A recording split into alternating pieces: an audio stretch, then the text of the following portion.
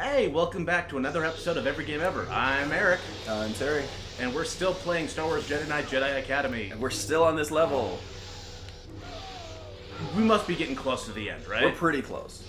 Because, I mean, the difficulty's suddenly ramped up where we're actually dying from enemies now and not just falling down pits. Yeah. As you can see, we're giving into the hatred, letting anger flow. Well, there's going to be a lot of people at home who just be like, finally. Lightning, motherfucker, lightning! I know, we've been, Don't worry, I can jump back up. Okay. I'm like, oh god. Oh no, not again. Papa said never again.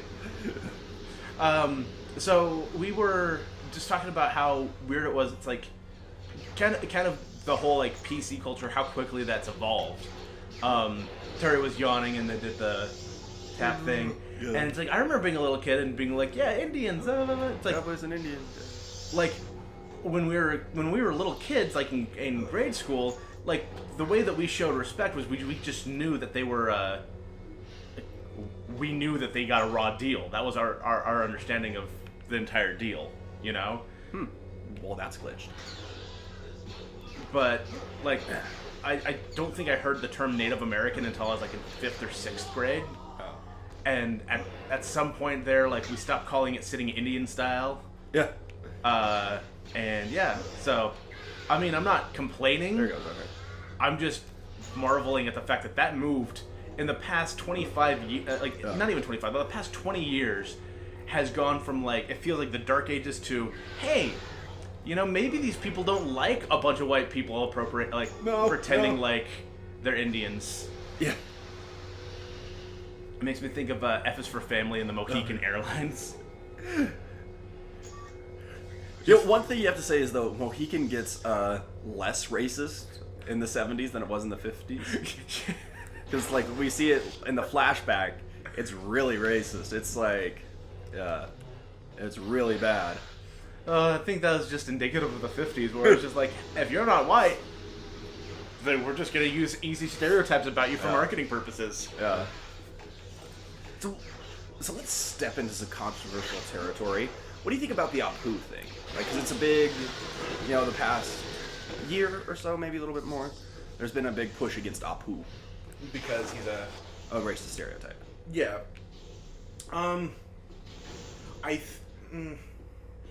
I think the problem is that Apu has not evolved with the times. Yeah. Even though he was, like, we have to admit he was something of a pioneer, because, I mean, like, how often did you actually have a Hindu on primetime television talking about his religion? Yeah.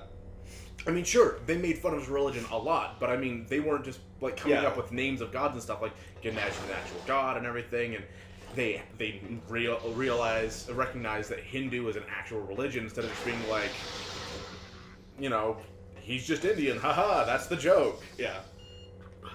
But it's true. He started off as a racist stereotype. But, you know, an accurate racist stereotype, though, because, I mean, the 7-Eleven by my house is run by 2 Indian guys. Yeah. So at least in my microcosm, it's still pretty accurate. I feel like Apu at the time, I feel like Apu was kind of progressive. No, because I mean, stop and think about Apu. When he starts off, it was definitely like, okay, this is kind of a racist joke. Yeah. Then they tried, when they actually started fleshing out these secondary characters, he became less of a racist joke and being like, no, that's Apu. That's his life. You know? Yeah. Where it's like, I mean, because we do find out a lot about Apu. I mean, because Apu does have a computer technical degree. Yeah, how you, like, programmed a computer to play chess or something. Yeah. No, it was a tic-tac-toe. Unwinnable tic-tac-toe. What does this card do? Dumps the whole thing. That's how old Apu's game was. It was punch. It ran on punch cards. Yeah. Well, I think if you want to, my frank opinion, this is just opinion. I don't have a lot to back it up with, but I think Apu's downfall came with him and Manjula having 8 kids. Well, that wasn't racist, was it? Is that a stereotype? I've never even heard that stereotype. No, it's not a stereotype specific to Indians, but you could. If anything sexual like that is infinitely transferable. Yeah. You know, it doesn't matter what culture you're saying. It'd be like, of course he has 8 kids because he's Indian. It would be the same thing. Of course he has 8 kids. He's Catholic, or of course he has 8 kids. He's Mexican. It's like it works on all levels because it's like it's displeasurable. Therefore, you can apply it to anyone. But I think it just as a character, for sure. He stopped becoming an interesting character once he had 8 kids because it was no longer like Apu had this hidden depth of like he's actually really smart, might be autistic, a little poetic and everything. Yeah, and he's a romantic. He loves his wife. He's a good person. Now he's just a dad, and he really enjoys running his business. Yeah. You know, like that's all he is now. He got re-simplified down into a different easy stereotype that's not necessarily racist, but still a stereotype. Where it's just like, I'm tired all the time. 2 of them are biting each other. You know. Good idea. We can feed the energy back into the machine and overload it. Yeah, that's what we intended to do. This is totally on purpose, Kyle. This took me a while to figure out the first time, if I remember right. Well, that wasn't the last one? Oh, okay. There's 4 of them.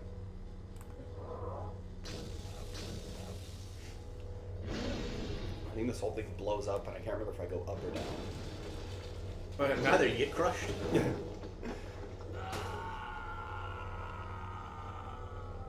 God, stop milking it. You felt heavy. Jaden, are you okay? Fucking drama queen. Hey, Jaden, you okay? Yeah, I'm fine. Like when How Homer about falls you? into the 2 foot deep hole, it's like, it's just like that's a pretty decent episode. That's probably one of the last late decent episodes. I don't think I've seen that one actually. It's where Homer gets the church in a lawsuit. Yeah, I haven't seen that one. You haven't seen the one where Homer takes over the church? It's the one where Homer starts praying. You have to have seen that one. Nothing I can't No, handle. because we're not talking about Homer the Heretic. We're talking like a newer episode, right? Yes. Yeah, so no, it's like I've not maybe seen that season episode. 13, maybe? I don't recall this episode at all. Huh, that's weird, because I know you were still watching at that point. Well, to be fair, like once you start getting around like episode 200 or so, it's about when it's like they all kind of start blending together. I still watched it because it was the Sunday night lineup, but I couldn't admit that like I was excited to watch it because I was a kid, not because it was a good show anymore. You know, if that makes sense. Yeah, I kind of yeah, that was me for a long time until probably the last year that I would just, I would turn it on because it was on Hulu. Because I had it was on my queue. Yeah. So I would watch it. And it just eventually got to the point where it's like, I'm not even enjoying this anymore. And unfortunately, it's the same way with Family Guy. Family Guy, I just don't... I guess I become kind of a comedy snob because I don't feel like they're reaching for the jokes anymore. I feel like Snobby. Yeah. Oh no, for sure. They're definitely reading for the. I like Family Guy in the same way that I think like parents like Law and Order is because it's comfortable, and safe. Yeah. You know. My biggest thing on Family Guy was it used to be that Family Guy pushed the envelope. They would kind of tap it every now and then and be like, and now they're just dancing all over that. They've just the envelope's out the door. And they're just doing whatever. Well, it doesn't help that if they want to talk about pushing the envelope, they have to compete with South Park. Yeah. Which is still pushing the envelope today. So it's like at first it was like, oh God, you can't say that on TV. South Park is so edgy. Now South Park basically being the frontrunner of edginess in primetime television cartoons. Yeah. I mean, what can Family Guy do other than be like, see how far they can push on a network television? Yeah. I mean, really, I feel like the only thing... I feel like now it's gotten to the point where they're just pushing the envelope to push the envelope, not because they're actually doing something funny. Because, like I said, I feel like it used to be, oh man, this joke's pushing the line, but it's really funny, so we're going to do it. And now they're like, this is pushing the line, but is it funny? Kind of. Well, they used to set up cutaways in the same sense that like Simpsons used to do cutaways. Yeah. Which made sense because a lot of the writers who left the Simpsons would work on early Family Guy. Yeah. Like this one's been going through my head recently, where it was one of the early Family Guy jokes was like, next up on Fox, fast kids, fast animals, slow children. Oh man, now I got honey on my legs. You know, like, it was a funny joke. It was a weird, out there funny joke. But that was indicative of what Family Guy was at the time. They don't really do that anymore. Now it's all like, hey, lazily set up a cutaway that isn't really a satire of anything.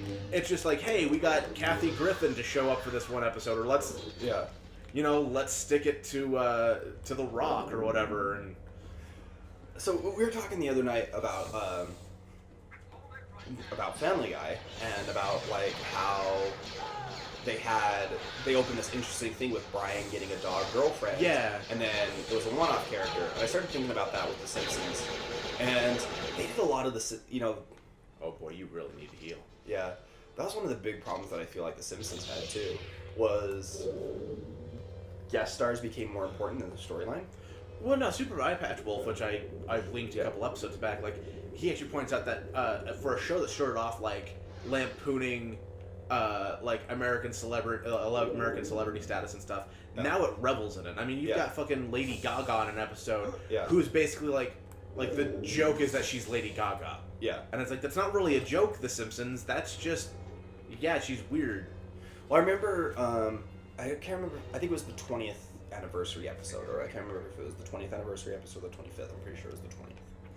And they said, it was a Krusty episode, which really the first clue that this was not The Simpsons anymore. Yeah, is because the 20th anniversary episode really should be a family episode.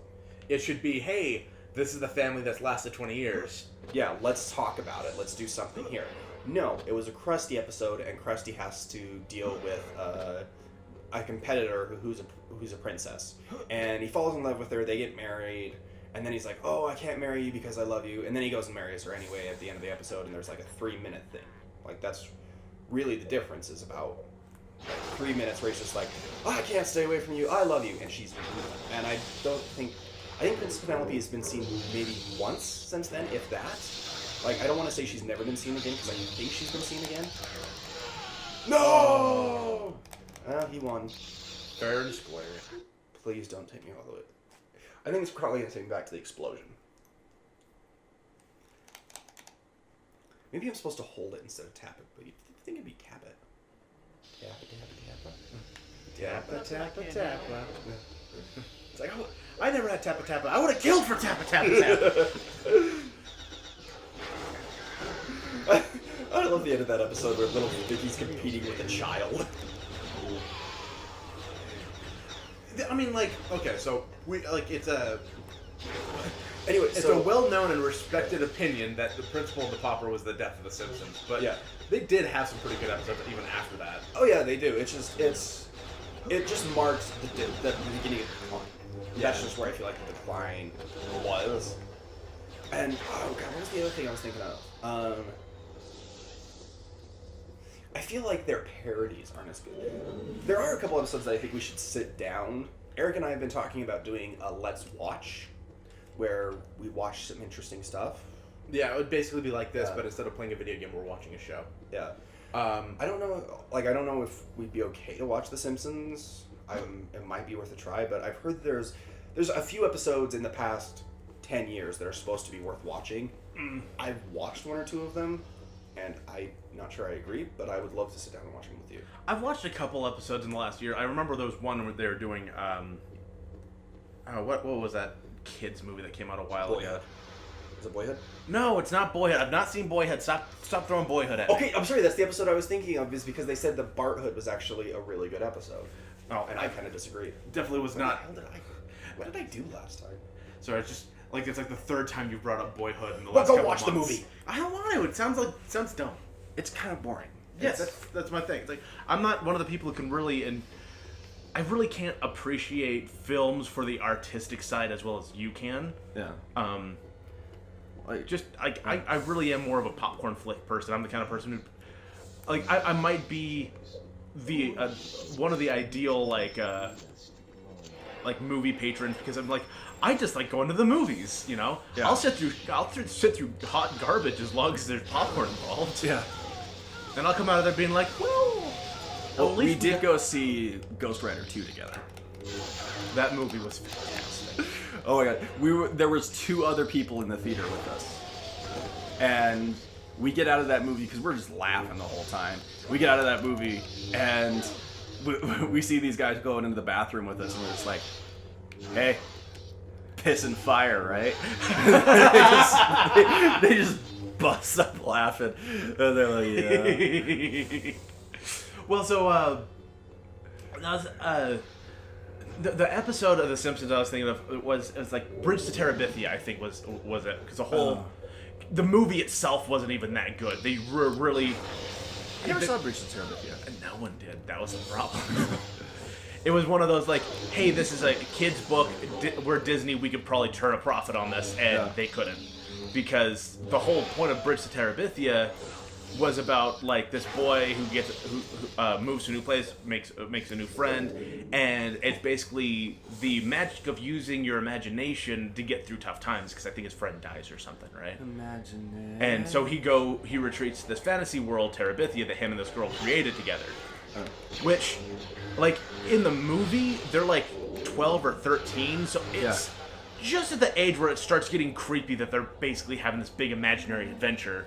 Like, if they're 7 or 8, it's like, okay, yeah, but no, they're definitely older than that. Yeah. And so it's like, oh, this is awkward. But so The Simpsons had one of those where it was like Nelson Muntz and all of them, and it was just like you could definitely. Was it the one where Lisa made the weird friend and they had Equalia? Yeah, that's the one. I hate Equalia. Well, you could definitely tell that The Simpsons thought that Bridge to Terabithia was going to be a bigger thing than it turned out to be. Maybe it was a Fox thing. Maybe it wasn't Disney who made it, because that would make more sense for them to have the plot details before the movie came out. Because obviously, for them to have started working on the plot, that had to have happened before the movie came out. Damn it! God damn it, mother whore! You need a hug, buddy? I beat him last time. It's okay. It's okay, buddy. But Beat him.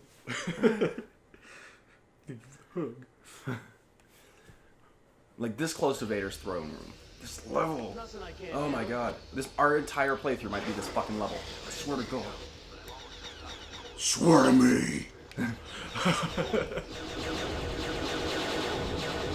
But yeah, no, the episode was just bad because so much. Why won't you die? So much of that episode relied on you knowing what they're parodying. Yeah. And since like I hadn't seen the movie, it was like, this isn't funny. This is just stupid. Yeah. I need to heal. And I think the Super Eye Patch Wolf definitely explained it the best, where it's like they're basically setting up sitcom jokes now. Where they'll make a joke where it's not really funny, but it would be forgivable in a sitcom because it would have a laugh track being like, see, someone enjoyed it. So I've been thinking about it, and I love Seinfeld. Don't get me wrong, I think it's a great show. But here's my problem. Is so many shows copied the Seinfeld format. And Seinfeld was a pretty basic show. It's just like, we're here to make you laugh. That's it. You're not gonna stop and think. You're not gonna have emotional moments. Anytime we even get close to that, boom, we're gonna cut away from it. The whole reason why George never got married was because that'd be a serious moment, and you can't have that in Seinfeld. Yeah. And I get that. But that's really the only show that I want that from. Like, I know that there's... Well, and It's Always Sunny in Philadelphia. Yeah. Which I need to start watching again. I watch it in batches. Yeah. Did we kill the other guy? No. He went somewhere. I think he's on the lift. Don't be under the lift when it drops.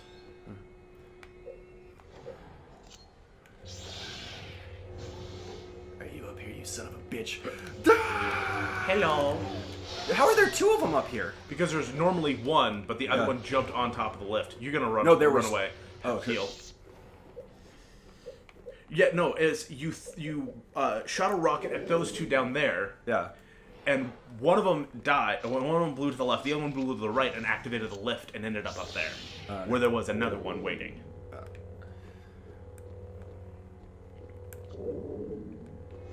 This enemy placement is not the best. Die, you son of a whore. Okay, I probably should have waited until I had my force ticket. Oh. We're not even playing it hard. Next time on Every Game Ever, we are gonna beat this like the red-headed stepchild of a game it is. All right, this is it. We're doing this.